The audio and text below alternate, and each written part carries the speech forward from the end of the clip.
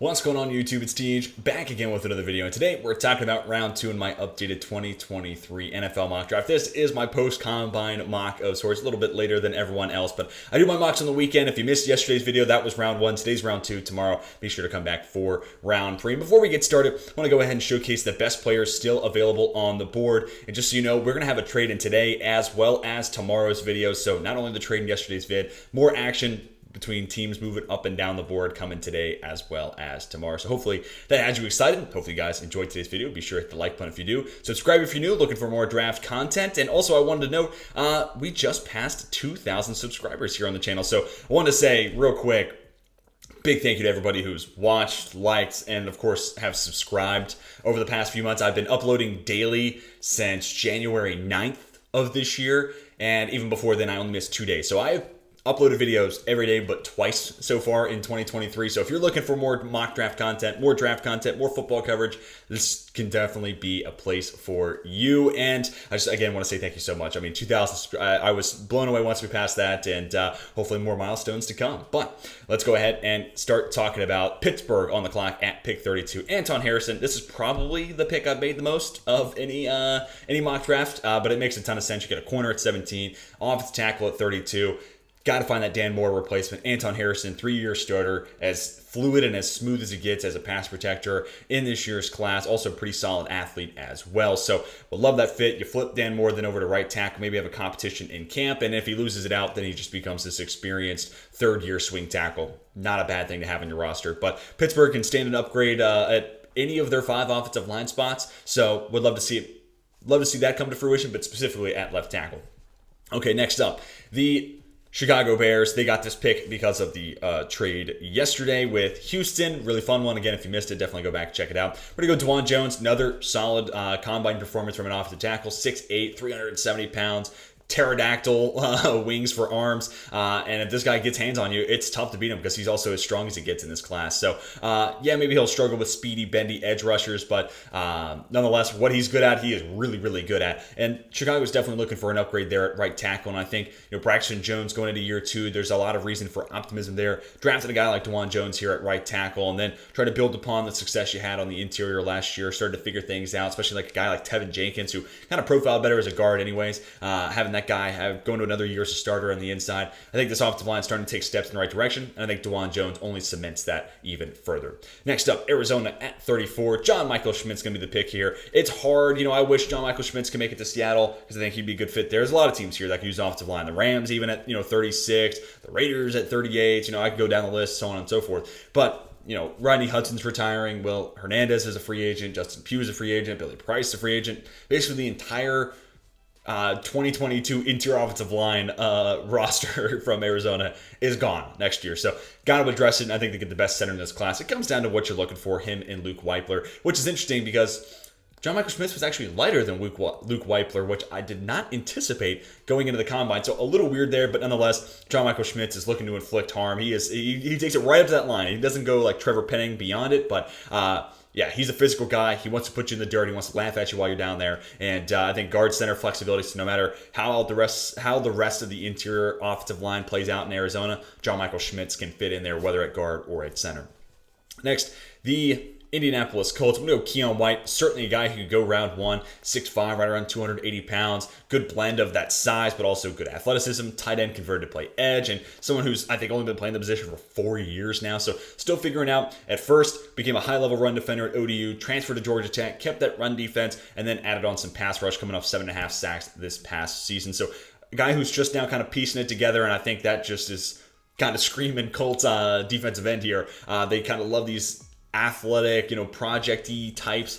Kwity Paye, they finally took a swing of the bat in the first round, and still waiting to see the pass rush dividends come through, but he's been a pretty good run defender, so I think Keon White at least gives you something similar on the other side of the line. But again, you're taking on a swing of the bat. You've been trying to address edge rusher, trying to find help for DeForest Buckner. I take Keon White here at 35. I think that's good value because, again, this guy may well go in the first round.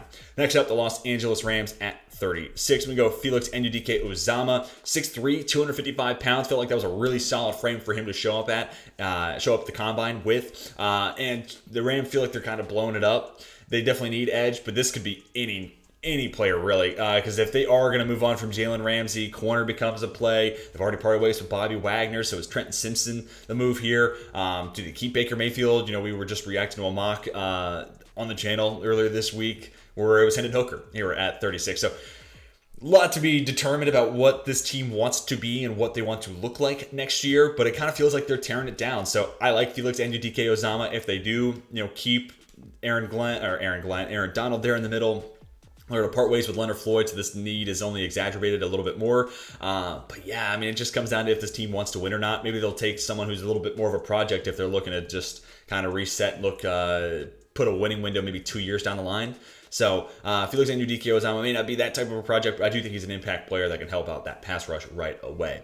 Next, Seattle at 37. This room have Luke Weipler come off the board. Again, actually weighted heavier than John Michael Schmitz, but Seattle needs a center, and Weipler certainly is that. Is a really, really fluid mover too, so he fits that zone blocking scheme a ton. So addressing an area of need, getting solid value. I think him and John Michael Schmitz are both going to end up going top 40, because then there's a little bit of a drop off when it comes to center. Steve Avila can play center. Joe Tippmann, pretty good mover there, but then the drop after those two is even more exaggerated. I still like Avila more at guard than I do at center. So, Tippmann, you can put in that center category where it's worth taking him in round 2, but then there's a pretty steep fall off. So I think Weipler, John Michael Schmitz, and maybe Tippmann because of it as well, are going to go relatively early.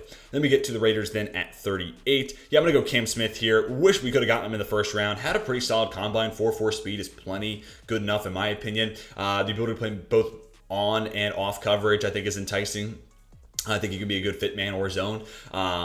May not be the most physically imposing guy, may not have the press abilities of a J.C. Horn, but he's a solid corner that I think can certainly feature late first round, early second. I think the Raiders, with a huge need in the secondary, kind of staring them in the face, a potential first round type of talent, you got to make this pick here at Cam Smith. Thought about Keely Ringo, but I'm going to go Cam Smith instead here. But I think Ringo might be my CB5 with Smith just behind him, but I don't know. It comes down to, do you want the special upside that Keely Ringo brings, or just a good football player that you know what you're going to get with Cam Smith?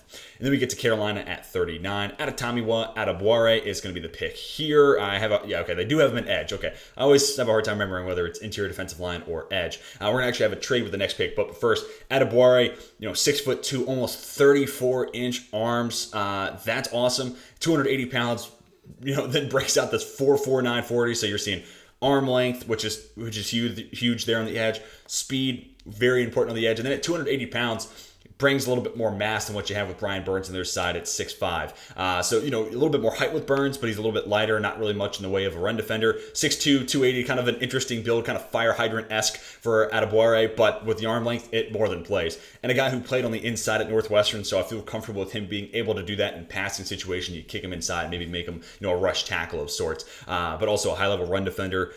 Showcased that a lot at Northwestern. So I think a guy who's bringing a whole lot of different things here for Carolina. So really, really good value here at 39. I think he's pretty much locked himself into the top 50. He's going to go somewhere pretty early day 2.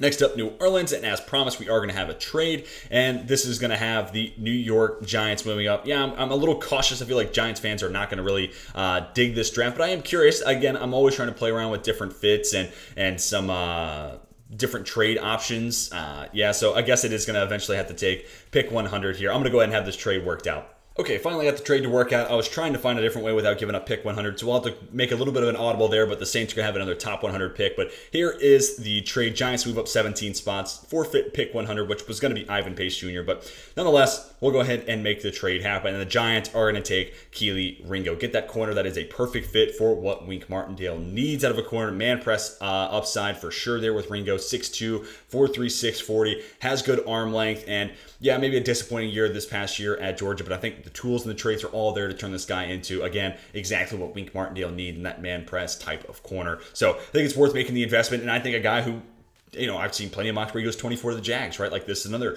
potential late first rounder. So even if it means moving up 17 spots, coughing up pick 100 and 128 like we did here, I think it's worth adding that type of a corner talent, pairing him up with Adoree Jackson, and giving Wink Martindale the pieces he needs to run that defense at a high enough level. Then we get to the Tennessee Titans. Then at pick 41, I'm having this be Jalen Hyatt. Yeah, it wasn't the 4.2 speed that people were hyping up, but he's still plenty fast enough. Ask Alabama about him. And adding that over-the-top element, I think it's something that Tennessee really could use. Traylon Burks brings some of it, but he's more so like a pretty fast guy considering he's 6'3" and a heavy guy, relatively heavy, for a wide receiver. Jalen Hyatt's different. Like, this guy this is his role. Over the top, deep route runner, use his speed. Also a pretty good yak weapon. You know, you could use him underneath and get the ball into his hands quick and just let him be kind of a jackrabbit of sorts. But it's adding this over-the-top speed guy into a run-heavy team. It's just like Hollywood Brown with the Ravens of years past, where the defense has to creep up. They have to play the run, and then eventually that speedy wide receiver gets behind him. That's exactly what I'm adding here with Jalen Hyatt going to Tennessee. So I love this fit. I've made this pick a ton of times, so kind of sticking with it. Then at 42, this is going to be Tank Dell. Would love to see him. He's kind of the exact wide receiver I'd love to see Cleveland add. Inside-out versatility, so you can also move around Amari Cooper based on matchups, but you're adding that over-the-top speed. He's a deep route runner, over 100 catches this past year at Houston, almost 1,400 yards. So a guy who's used to being a big volume part of the offense. Don't think he'll need to do that in Cleveland, but it's nice knowing that he's done that in the past just in case things get weird. But with Amari Cooper as the X, Donovan Peoples-Jones is like this, poor man's Gabe Davis, big, tall, physical, vertical-based guy. Tank Dell underneath. I think he's actually a pretty decent route runner in the intermediate parts of the field too. So I think he hits at all three levels, underneath, intermediate, and deep down the field. An abundance of speed. You can use him as a gadget as well. So I think it's just adding that slot wide receiver, really just adding that third wide receiver. Because I do think Tank Dell with 6-foot wingspan, I think he's long enough to be able to beat or press coverage at the line. So I think inside-out versatility, finding that third wide receiver for Cleveland is paramount here, and I think good value at 42 for Tank Dell. Next up, the New York Jets. We're going to have them take Sidney Brown, another really big winner from the Combine. You're kind of catching a theme here with names that are moving up. But, I think the 4.4 speed is about right. And this guy just crashing downhill is scary. I do not want any part. If I'm a ball carrier and I see Sidney Brown sprinting in my direction, I'm going down. Like, I do not want that hit coming my way. In my Combine Winners video, we used a picture of him coming down the runway, and I was like, yeah, do you want to get hit by this dude? Because he is yoked to the brim, again with good speed, and you see it in his tape at Illinois. Like, this guy playing downhill is a force to be reckoned with. So, maybe he stands to get a little bit better in coverage for sure. But I think as the strong safety, and then you move Jordan Whitehead to that over-the-top free safety type of role, I think that makes a lot of sense. And adding some physicality that I don't necessarily know the Jets have in that safety room as of right now. So, would love to see this fit, and I think this is pretty solid. I think Brown has pretty much locked himself into being a round 2 type of guy. Next up, the Atlanta Falcons at pick 44. We're going to make this Isaiah Foskey. Just want to add a different body type of sorts. Derek Hall, B.J. Ojulari, a little bit lighter, a little bit more finesse pass rushers. You already kind of have that with Arnold Ebiketie. So add the guy who's 6'4", right around 260 pounds. May not be the master of any one thing, but pretty solid across the board in a lot of different areas, including run defense, has enough power, solid size, a couple moves that, you're like, okay, yeah, he can win with that. So, again, nothing insanely special, nothing that, immediately jumps off the page, but a solid football player, and that's something Atlanta could definitely use. And they need edge reinforcement. So we went safety, nickel corner hybrid with Brian Branch in the first round. Then you have to go edge here at 44, and I think Foskey is kind of the body type they're missing on the other end of the field from Arnold Ebiketie. Next up, Green Bay Packers at 45. This is going to be Dalton Kincaid. Sure, he could go in the first round. I know a lot of people are really high on him. I'm a little bit more lukewarm on Kincaid, but hey, 6'3" actually came in at 6'4" at the Combine. One of the rare instances where someone gets bigger when they measure in at Indy, but also solid weight. I don't think they're going to get much in the way of him as a blocker. But nevertheless, I mean, this guy is a really tried and true, trusted wide receiver in that Utah offense, and it was a huge part of that offense. So good route running, solid athlete. He's a tank to bring down. So pairing him up with Christian Watson and Romeo Doubs, just basically solidifying this young pass-catching core to build around with Jordan Love. I'd love to see Green Bay go pass catcher in the first round, but ultimately I do think they're going to wait. And then, tight end here, whether it's Kincaid, Darnell Washington, Luke Musgrave, Sam Laporta also coming off a really solid Combine. Any of those four guys I think make a lot of sense. Maybe Tucker Kraft is live here too. Who knows? But I think tight end here makes a lot more sense, and I think that's the route that Green Bay is more likely to go down, doing it in the second versus doing it in the first. And I think Kincaid, with the amount of hype that he's getting, certainly could be a first rounder. So pretty solid value here at 45. And then for New England, they're going to take Darnell Washington. I'm getting ahead of myself now with Washington being the next team. But Darnell Washington, I could see an offseason where New England moves on from Hunter Henry and Jonnu Smith. And we know how much Bill Belichick prioritizes these tight ends, especially ones who can block. And that is Darnell Washington. He is my number 2 tight end in this class. 6'7", 265 pounds almost. And we showcased a little bit of that receiving ability that just hasn't really been tapped into at Georgia. So that crazy one-handed catch at the Combine. Now, again, not with anybody defending him. It's against air, I understand. But I don't think he wasn't a big part of the receiving game and that passing offense in general because he's not good enough or because he can't. It's because Brock Bowers is in front of him, and they basically saw Darnell Washington as just a sixth offensive lineman. They wanted to use that instead. So I think there's room for him to grow as a receiver, but that blocking ability is awesome to have. So in the first two picks here, we get a left tackle of the future, ideally for New England, and this basically sixth offensive lineman with Darnell Washington, who's a bit of an upside play as a receiver too, because he moves well for 6'7", 265. So kind of an interesting mix, and I really only think this happens if they move on from Henry and Jonnu Smith. If one of those two guys sticks around, then they're probably going elsewhere here at 46. Next truly is the Washington Commanders at 47. I'm going to have Trenton Simpson be the pick here. I just saw him and I noticed he was just falling down the board. He could go round one, but I've said him and Sanders to kind of make sense 25 to 50. I think that's kind of the range for them. So Simpson falls all the way into Washington's lap at 47, and you get the chance to pair him up with Jamin Davis. Cole Holcomb's a free agent. That's a pretty big win there for Washington. They have money to spend, so maybe they bring back Holcomb, but Jamin Davis has been a little bit disappointing. But now you get the chance to get, in my opinion, the best off-ball linebacker in this class in the second round. You jump all over it. Freaky athlete, safety skill set, but in a true linebacker's body, plays the run at a high level. You can even move him out in the slot and do some interesting stuff there. What an awesome value this would be for Washington. And I haven't made a linebacker. I don't think I've made a single linebacker pick in any round for Washington yet this draft cycle. But I think in a perfect world, they'd like to address that area and get somebody to pair up with Jamin Davis. So if Simpson falls in your 11-47, I think Ron Rivera, former linebacker, Jack Del Rio, former linebacker as their DC, I think they're ready to sprint the card in. Next up, Detroit at pick 48. Thought about a linebacker here, but we're going to wait and go ahead and make that another guy in just a little bit. But at 48, I'm going to have Steve Avila be the pick here. Guard center flexibility, but ideally we're talking about him being, probably the left guard. He's also a really good pass protector. To me, the best pass protecting interior offensive lineman in this year's class. So slot him in at left guard. Maybe that forces Jonah Jackson to move over to right guard. I know he was, basically a Pro Bowl alternate this year. So he does have that nice accolade coming off a solid season, I guess. So that's cool. But I think this would, I don't want to see Steve Avila move over to the right side. I've only been able to see him play on the left side or center. Maybe he has enough flexibility and he's fine moving to the right side. That just comes down to what those, workouts and what those interviews and what you kind of glean from him and how comfortable he is. I'm not the guy talking to him, so I don't know.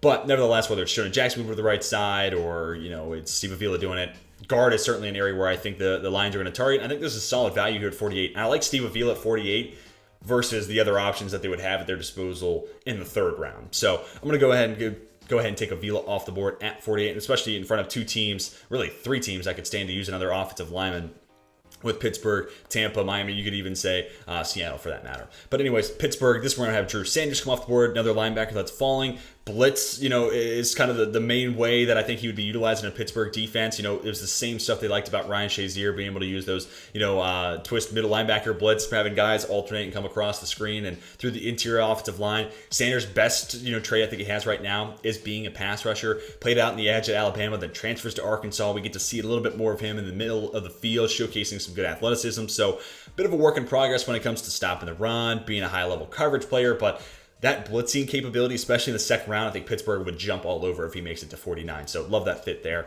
And then for Tampa Bay at pick 50, I'm going to go with Byron Young, another edge rusher here and a stop me if you've heard of 4. Big time winner from the combine. 6'2", 250 pounds, runs a 4.43.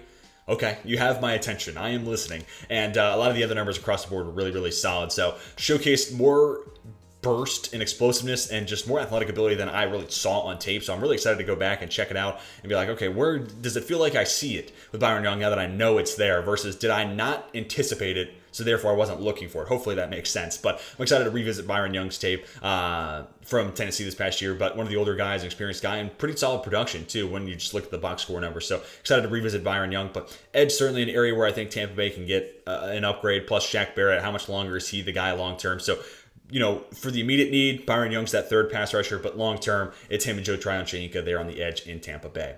Next up, Miami, we're going to have them take Jahmyr Gibbs. In the last couple of mocks, I've had them go Devon Achane, but when there's only 4/100ths of a second difference between Achane's 4.32 and Jahmyr Gibbs' 4.36, just go ahead and take Gibbs at 51. Just go ahead and have him be the second running back off the board. To me, he's the guy with better vision, a little bit more explosiveness, and also has a little bit more power to his game too. A-Chain really is kind of, I don't want to say one note, because that one note is freaky with his speed. And he's twitchy, he's hard to bring down, he's elusive, no doubt. But Gibbs, I think, brings even more elusiveness to his game and even more receiving ability than A-Chain does as well. And then plus little sprinkles of power in there additionally. So I think he's a better running back. He's been my preseason running back 2, and he continues to be my running back 2 in this year's draft class. So would love to see this fit. And again, he's not that much lower than Devon A-Chain. So go ahead and just take Gibbs here at 51. Then we get to Seattle at 52. I'm going to go Zach Harrison. I think he had a solid weigh-in at the combine. He didn't get to see him do a whole lot of the athletic testing, but we've been talking about Myles Murphy. He's this 6'5", 275 freak. Well, Zach Harrison's 6'5 and a half, 275 pounds. Like he also falls into that category. A bit up and down there at Ohio State. There were games where it's like, okay, Zach Harrison's kind of taking that step forward. Now we're going to see it. And then the next week he would just disappear and you'd be wondering if he was hurt. So yeah, the inconsistency kind of kills here. And he's not the most bendy guy. I think once he runs at Ohio State's Pro Day, you'll see a good 40 time. You'll see solid vert, solid broad. Like, has explosiveness, has long speed. He's just not very bendy. But I think he's a project worth taking on here for Seattle and adding a bigger edge type. So here, let's go ahead and revisit what I have for Seattle right now. Because we went Jalen Carter. That's an interior guy, wide receiver, IOL. So normally where I'm talking about Tyree Wilson here at 5, and I'm like, oh, this is big, different edge body than what they have with Lieutenant Owose and Boye Mafe. Well, Zach Harrison becomes that now. So we eventually get to it. Instead of doing it at 5, we basically do it at pick 52. Okay, now let's recenter ourselves. Let's get back to the Chicago Bears at pick 53. I'm going to go Josh Downs here. This wouldn't be my top choice for any wide receiver I could give Chicago, but it's how the board played out. And it gives them that slot wide receiver who's really good with the ball in their hands. 4.48 speed, I think, is pretty solid given his size, too. 38-inch vertical, showcase he can go up and win it. Also just showcases short air explosiveness. This guy has pretty good burst in and out of breaks, so I like adding Downs in as that, satellite weapon, but also quick guy that can get the ball out of Justin Fields' hands, in good time. That's, long been the conversation around Justin Fields. So a guy who gets open quick and is a great underneath route runner, I think that's a good addition to this offense. And then this wide receiver room, yeah, I wish there was some other guy I could get in, but still, Chase Claypool, Darnell Mooney on the outside, Downs working the slot. That's a solid place to have that wide receiver room for Justin Fields and get a good, true look at seeing if he's the guy that can lead your offense. Plus, we went to Juwan Jones earlier here in the second round, so we're giving him a fair shot and a good ecosystem around him.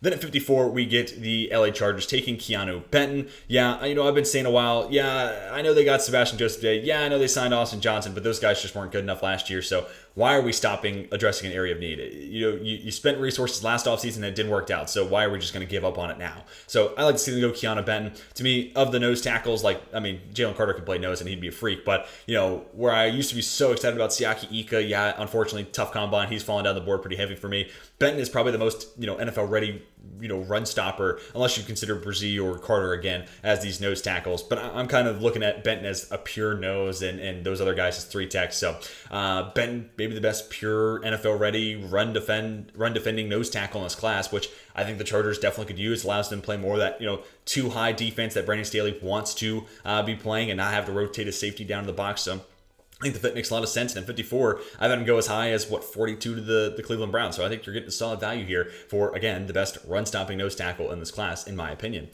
Detroit Lions, yep, this is one that I continue to make over and over and over and over again just because it feels right. Jack Campbell, Captain Jack, going to Detroit. Pairing him up with Malcolm Rodriguez would be awesome. But talking about Campbell and his combine, any 40 time that was above average was going to be a win for me. And 4.65 is above the mean 40 time for inside linebacker. So really solid, showcase there. And then he kind of crushes everything else. He's a good athlete every other way. It was just, what does he look like when it comes to his 40? And also had a pretty good 3-cone, well above the mean there too. So honestly, his movement skills were done justice at the combine, which is huge because you're talking about a guy who might be the best pure linebacker, even better than Trenton Simpson and Drew Sanders. Best pure linebacker. We just had athleticism concerns. So there could be a situation where he goes off the board before Drew Sanders, maybe. I wouldn't be surprised by that whatsoever. Like if he went 48 and Sanders went 49, I wouldn't be floored. Maybe it's something I'll have to do in a future mock, honestly. So, big time winner from the combine. Showcase he's got enough athleticism to hold his own at the NFL level. I think pairing him up with Malcolm Rodriguez is a really awesome 1-2 punch in the middle of that defense. We've gone defensive heavy here for the Lions, and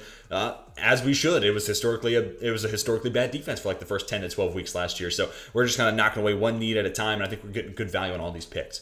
Then we get Jacksonville at pick 56. I'm going to go Matt Bergeron, finally sneaking him into the second round here, projecting him as that right tackle replacement for Jawan Taylor, assuming he is going to be gone here. Don't like to assume, but I do think that price tag's going to be tough for Jacksonville to meet. And Bergeron, maybe even profiles a little bit better as a right tackle. He's kind of like my Isaiah Foskey of the tackle group, where not great at any one thing, but pretty solid across the board. And then maybe a little bit, if he does have an area of differentiation in one specialty, one area of specialization, it's probably as a run blocker and using his power. He is a pretty strong guy. So I think, again, he kind of profiles better there at right tackle. So kind of love that fit. Gives you a solid plug-and-play guy. And it does come down to what you feel about Walker Little. I liked Walker Little. And what we've seen of him, there's been moments and things that get me excited. But I'd just rather not take a chance on it. Considering, if you were to ask me right now, the Jags are my pick to win the AFC South, just in case you're curious. So I don't want to get in a situation where right tackle becomes such a liability that they're kind of SOL and, Walker Little ain't it. I'd rather go ahead and just be proactive and address that need right here at 56. Then we get to New Orleans at 57. I'm going to make this Luke Musgrave. When was the last dominant tight end we saw in New Orleans? And plus, Michael Thomas was tweeting, thank God Derek Carr's there, but with this cap hit, is he back? I mean, this whole offseason we've been talking about him as a cap casualty, so I don't know. That's weird. But one area in the pass catching game where New Orleans can certainly get better is at tight end. So good athlete. Yeah, Musgrave didn't run this electric 40 that a lot of people were hyping up, but 4.61 at 6'5", 250 is not bad. That is nothing to scoff at. And this guy, what we've gotten to see in the 2 games this year at Oregon State, plus the Senior Bowl, is a good route runner with soft hands, and he knows how to get away from defenders. And he has not only speed, but a good quickness and good burst out of his break, which is key when you're talking about route running. So, would love this addition. And then, let's say Michael Thomas is back. It's Michael Thomas, it's Chris Olave, it's Luke Musgrave, it's Alvin Kamara in the backfield. All right, things are starting to look pretty optimistic there for Derek Carr. Fun fact, little Easter egg here. I was going to have Hendon Hooker be the Saints pick tomorrow, but I had to change that up. So I'm excited to see what Derek Carr is all about. As of right now, the best quarterback in that division. But we'll see. That division looks like it's about to add some young talent that long term might become the better play versus Derek Carr. But anyways, let's move on to the Dallas Cowboys. I'm going to make this Tyler Scott, the wide receiver from Cincinnati. Like Jalen Hyatt, yeah, it wasn't like 4.2 like we were hyped up to think, but 4.4 speed plays, and he's got good size, and he has a good vert. I think it was like 38 inches. Even that was kind of a little underwhelming, but 38 inches. Oh, God. What are we ever going to do with that? Just basically having this guy full-time in the T.Y. Hilton role, I think, brings a lot of value. So we added this wide receiver running back you can do a lot of things with. Now we're adding that over-the-top, that speed element at a wide receiver spot. We can keep CeeDee Lamb in the slot 67% of the time, which is my ideal, target, or roll percentage there for CeeDee Lamb. So keeping Tyler Scott on the outside and, again, having him be that T.Y. Hilton basically for all of next year, I think opens up that offense. And I just think about, with that dude pushing safeties further down the field, how much scarier does Bijan Robinson as a receiver get? How much scarier does CeeDee Lamb get, right? How much scarier does Michael Gallup get working the intermediate stuff? I think it just opens up the entire offense versus just adding one specific specialized role in the offense. So I think it makes everything across the board a whole lot better in Dallas. Next up, the Buffalo Bills at 59. They're going to take Jamie Robinson. I don't think he had the worst combine. I mean, I certainly don't think he was a loser, but where Sidney Brown was a winner, I wish I could have said the same thing about Jamie Robinson. But nonetheless, a guy who has played pretty much an even snap count at free safety, strong safety, and nickel corner, which I love. Love versatile DBs, and it gives Buffalo some flexibility, whether, maybe you're moving on from Teron Johnson in a couple of years, or realistically, I'd like to see Robinson stick at safety. So you could be losing Poyer this offseason. Sure, then we'll move Christian Benford over to safety. Cool, it's him and Micah Hyde, who is 30-something years old and making a lot of money. So I think Jamie Robinson basically gives you the opportunity to have him and Benford be the long-term safety tandem here in Buffalo. And I think here in the second round, it's worth taking that type of shot. Buffalo's always been really, really good about drafting 2 years ahead. Drafting at least 1 year ahead, but more likely 2 years ahead. Them in Cincinnati, I give them a ton of credit. They have been a great team addressing future needs versus waiting for that need to come to them. So I think they do the same thing here with safety on day 2. And I'll say the same thing about the Bengals taking Tyreek Stevenson here, addressing a future need.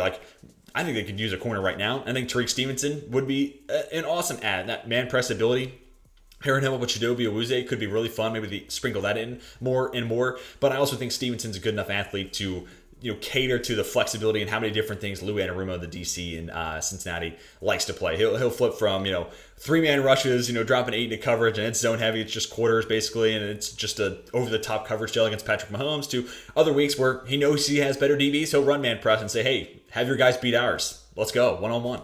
So I love how Anarumo mixes those guys up, and I think Stevenson can be a good fit with there. I think he's best suited right now as a man press corner, but I think given his athletic ability, he has plenty of flexibility to be able to learn and grow as a zone type of corner. So I think it's a good fit, and it's a really good value there at 60. We've seen him go in first round of mock. So I think since he's getting a good pick there for Stevenson. Then at 61, Carolina's going to take Eli Ricks. So we're sticking here in the cornerback room. When we've gotten to see Eli Ricks, man, he's been a good football player. It's just we unfortunately have not gotten to see a whole lot of him due to some injuries at LSU and then getting out on the field a little late this year at Alabama. But even this year, like the 4 or 5 games we got to see, he looked pretty great. May not be the most athletically gifted, but something about that back pedal, his explosiveness working backwards, allows him not to get beat over the time. And he is really clean when it comes to his technique and press coverage. So really like Eli Ricks. And again, not the most crazy athletic, profile, not the most insane build. He's not Julius Brents. He's not 6'3", not anything like that.